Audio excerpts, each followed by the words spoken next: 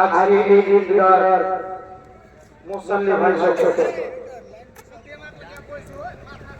সর্বপ্রথম আল্লাহ তাআলার শুকরিয়া আদায় করি যিনি আজকে আমাদেরকে এই খুশির দিনে এই ঈদগার আমাদেরকে একত্রিত হওয়ার তৌফিক দান করেছেন। সকলে বলি আলহামদুলিল্লাহ। আমি আপনাদের সম্পর্কে কিছু কথা বলবো, অনেক গুরুত্বপূর্ণ কথা মনোযোগ দিয়ে শুনবেন। আজকে আমরা গত করলাম পবিত্র রমজান মাস। এই রমজান মাস যারা একরকম মুমিন তাদের অন্তর কান্না করবে কেন যে আমি রমজান মাসকে গত করলাম, আবার রমজান মাস আমার জীবনে আমি পাবো কিনা। যারা মুমিন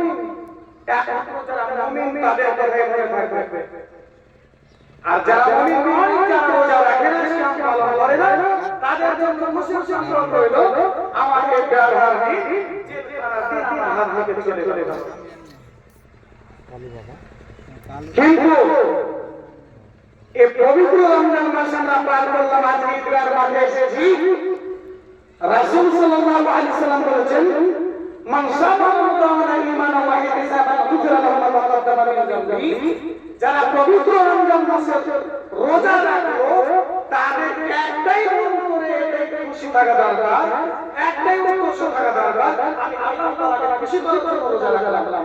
যে খুশি করার জন্য আল্লাহ তাআলাকে রোজা রাখবে তার পিছনে গুনাহকে ক্ষমা করে দেওয়া হবে।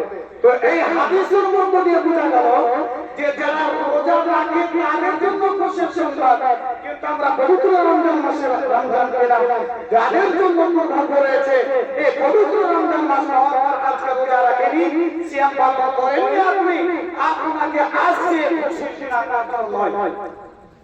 যারা সিয়াম পালন করেননি, যারা রোজা রাখেননি, তাদের জন্য আজকে খুশির দিন নয়, ঈদগাহে উপস্থিত হওয়ার দরকার।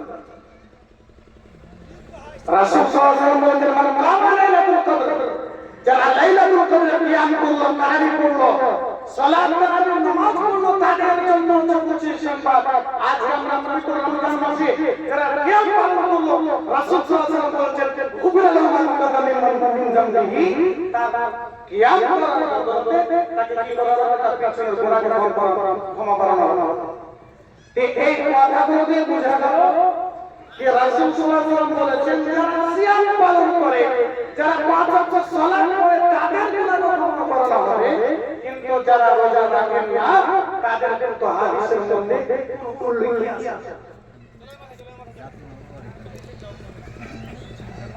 তাই রাসূল সাল্লাল্লাহু আলাইহি ওয়াসাল্লাম বলেছেন, ঈদের সালাত, ফজরের পর ঈদের সালাত আপনি পড়তে আসবেন, তা আপনার করতে সাথে একটি বাক্য আপনাকে বলতে হবে, যে এরকম বলে এই বাক্যটি বলতে হবে যতক্ষণ পর্যন্ত আপনার ইমাম সাহেব বলবে না নামাজের জন্য প্রশ্ন ধরে যাও, নামাজের জন্য তৈরি, সে বাক্যটি হচ্ছে আল্লাহু আকবার, আল্লাহু আকবার, আল্লাহু আকবার, লা ইলাহা ইল্লাল্লাহ, আল্লাহু আকবার, আল্লাহু আকবার, ওয়া লিল্লাহিল হামদ। এর অর্থ কি জানেন? আপনি এক মাস ধরে সিয়াম পালন করলেন, এক মাস ধরে আপনি রমজান মাসে তারাবি করলেন, তো এই বাক্য দ্বারা আপনি আল্লাহ তাআলাকে এইটাই বলতে চাচ্ছেন, আল্লাহ আপনি আমাকে এক মাস ধরে রমজান মাসে সিয়াম পালন করতে দিলেন, রোজা রাখতে দিলেন, আমি সিয়াম পালন করতে দিলেন, আপনার শুকরিয়া লক্ষ্য করি, শুকরিয়া আপনার আমি শুকরিয়া আদায় করি, আমি আপনার শুকরিয়া আদায় করি। এই আল্লাহু আকবার, আল্লাহু আকবার বলতে আর রাসূল সাল্লাল্লাহু আলাইহি ওয়াসাল্লাম বলতেন, ফজর সালাতের পর থেকে নিয়ে যতক্ষণ পর্যন্ত ঈদগাহ এসে নামাজের দান হওয়া পর্যন্ত। তাহলে এই বাক্যটি আমাদেরকে পড়া দরকার, আমাদেরকে নিজেই পড়া দরকার, আমাদেরকে এটাই পড়া দরকার। আল্লাহ তাআলা বলেন কি, যে মানুষ রমজান মাসে সিয়াম পালন করলো তারা তাদের জন্য খুশির সংবাদ রয়েছে। আল্লাহ তাআলা বলেন কোরআন মাজিদের মধ্যে সমাজ পড়লে পয়সা আল্লাহু আকবার, আল্লাহু আকবার, আল্লাহু আকবার। এই তিন তাকবীর যায় যায় করে আপনি নেতাগিরি পড়ে ইমাম সাহেব এর আউযুবিল্লাহ বিসমিল্লাহ আলহামদুলিল্লাহ মেরে সূরা ফাতিহা কোন একটা আয়াত পড়ার পরে রুকু সাজদা করার পরে যখন পড়া হবে তারপরে কি করবে বিসমিল্লাহ পড়ে সূরা ফাতিহা আর সূরা যখন আয়াত তেলাওয়াত করার পরে তার রুকুতে যাওয়ার আগে আপনি তিনটা তাকবীর জায়গা করবেন রুকুতে যাওয়ার আগে তিনটা তাকবীর জায়গা করবেন তো সবাই হবে